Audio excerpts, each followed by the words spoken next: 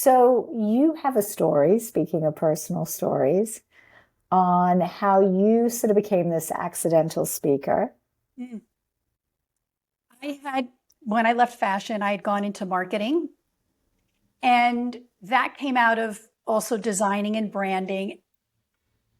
And so as a marketer, I was helping people with, producing conferences, webinars, telling people what to say, how to say it. Here are the highlights and the points. I was kind of in that coaching realm.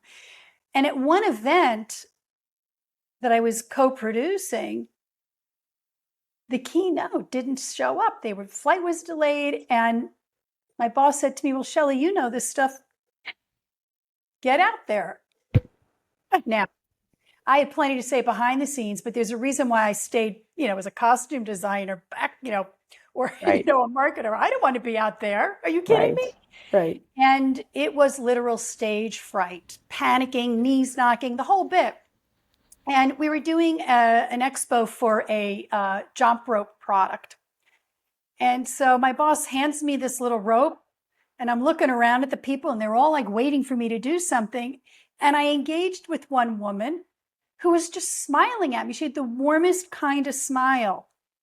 And I just started talking to her about why I was there, got the jump rope going. And before you knew it, I had my boss handing out jump ropes to everybody in the room, and we were all jumping in unison. We were all experiencing this moment.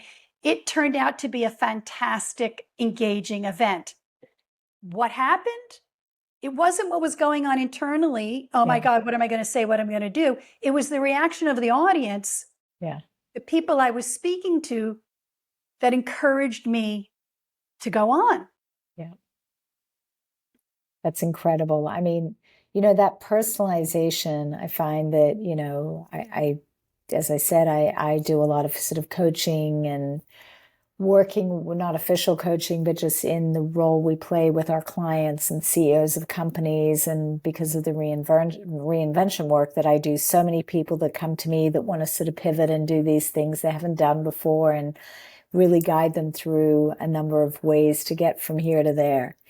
And I always talk about the necessity of just humanizing yourself and not getting stuck in the words and the language. And always, like, as you just said, speak to one. How would you tell your friend what you do or who you are or what you're excited about? My niece used to come to me when she was young in high school and say, I have to write a paper and I'm stuck. I just don't know how to write the paper. And I said, what do you have to write about? And she would start telling me. I go, there you are. Talk to your paper like it's me. Just get the words out. You can figure out how to shape them afterwards. And it was a game-changing moment for her to hear that because it changed her relationship to the piece of paper. It changed her fear of, I don't know how to write. You don't need to know how to write. You just need to share. You need to communicate what's in your heart, what's on your mind, and learn how to do that. And I think when you do, you start to take the formality and the fear out of it. Oh, yes. I mean, my drills are a series of writing and speaking drills. And as a matter of fact, writing this book came out of my coaching. How would I speak to a client? How do I speak when I lead a workshop? And that changed me writing the book. As you said, I'm not a professional writer. What do I know about writing? But I know coaching. And so when you read the book, it's a journey of me coaching you. It's like a coach in your pocket. I Yeah, am talking you through it. it's That wonderful. helped me write the words on the page and change my relationship by saying it first and then writing it. Right. Very similar. So you sound incredibly confident and self-assured in what you do. I mean, you talk about your early stage career around costumes and fashion to where you are today. What was that kind of middle point for you? How did you get from here to there? I mean, there to here. Sorry, there to here. Well, there were plenty of mistakes and failures along the way. So the confidence piece, waned, waxed and waned throughout. Let's put it that way. We learn, right? And so being able to look at those mistakes and learn from them helped me grow. So as a young costume designer, oh, there were plenty of wonderful stories, and I was very young and just having really good time and learning the craft like nobody else's business. And the industry started to shift a little bit. And like I said, I really just felt, believe it or not, after all these sequins and feathers, I just needed to do something. What can I do with a basic silhouette? How can I do dart manipulation, the simplest thing, and create something really unique? Like if I took it all away, what would I come up with? Which led me on the journey into fashion. I had some really great opportunities in fashion, but did I make mistakes? Oh, yeah. Were there opportunities where I could have really excelled and brought my designs to a completely different level? Possibly, but not being so confident in my speaking held me back, from some big opportunities. But one opportunity was such that MGM happened to, they were doing a Pink Panther fashion label at one point. Yeah. And I was doing a lot of work in the junior fashion industry. And so I was brought in to consult to create a junior fashion line that was cool and hip, lifestyle brand, not necessarily a kitty, pink, cutesy Pink Panther line. And I had done that. I was painting and drawing and putting together these storyboards. And when I brought them in, the people at MGM were like, oh, wait, come with me. And they brought me to this room with like 20 digitizers, and they started digitizing all my artboards. And then we would just lay on patterns. And I was like, what? And this was in like the late 90s. And that's, Yeah. I got into graphic design. I'm like, I want to learn that. I want to design that way. That looks like fun. From that, a lot of my clients that I was being hired to do logos for didn't understand. They couldn't answer some simple questions about what their brand was, which goes back to where I am right now. What's your story? What's your message? Right. What's your legacy? Fascinating.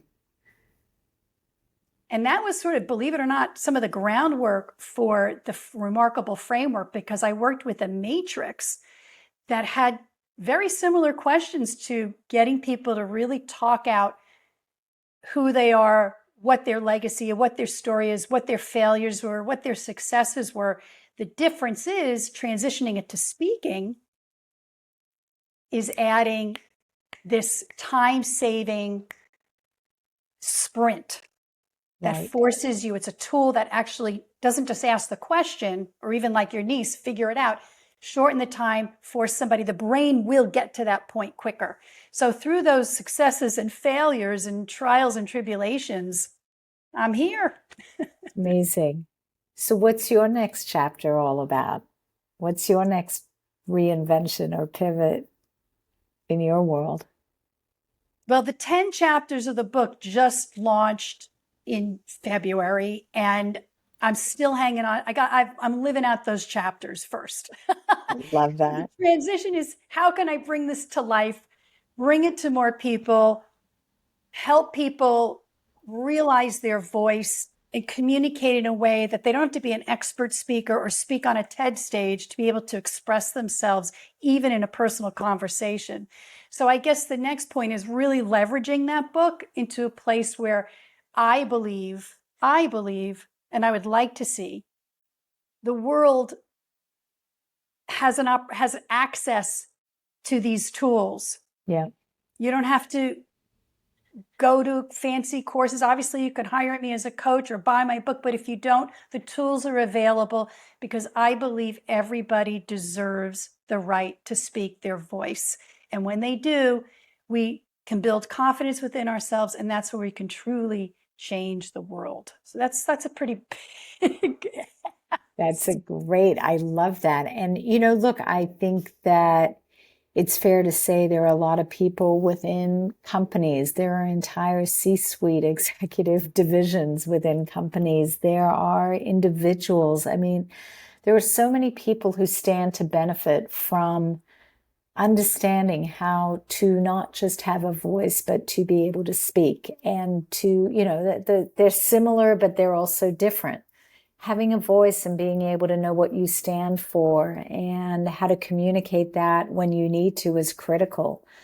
Learning how to speak on a stage is important for a lot of people who are put in that position. I mean, I'm headed to a conference next week, the Cannes Lions, where, thousands of my friends are going to be on stages doing panels and keynotes and speaking. And, they are invited to do that, not because they're great speakers. Most of them are doing it because they have a point of view on something.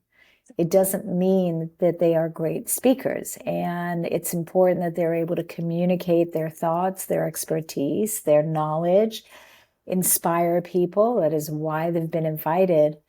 But that doesn't come to everybody very easily. And certainly sometimes that shows up when you're sitting in these events and you're going, okay, that would have been so much more compelling if.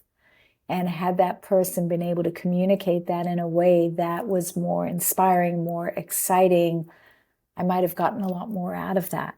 Or I may have stayed in the room, not left the room, or whatever that might be. And I think that your ability to walk into those rooms and provide that expertise and that guidance and that kind of coaching is so important and so wonderful because, look, I think there are companies that hire coaches, executive coaches, internal coaches for their staff. But this is not an area of focus that those folks are talking about. I think, isn't there a big distinction between that work and the work that you're doing?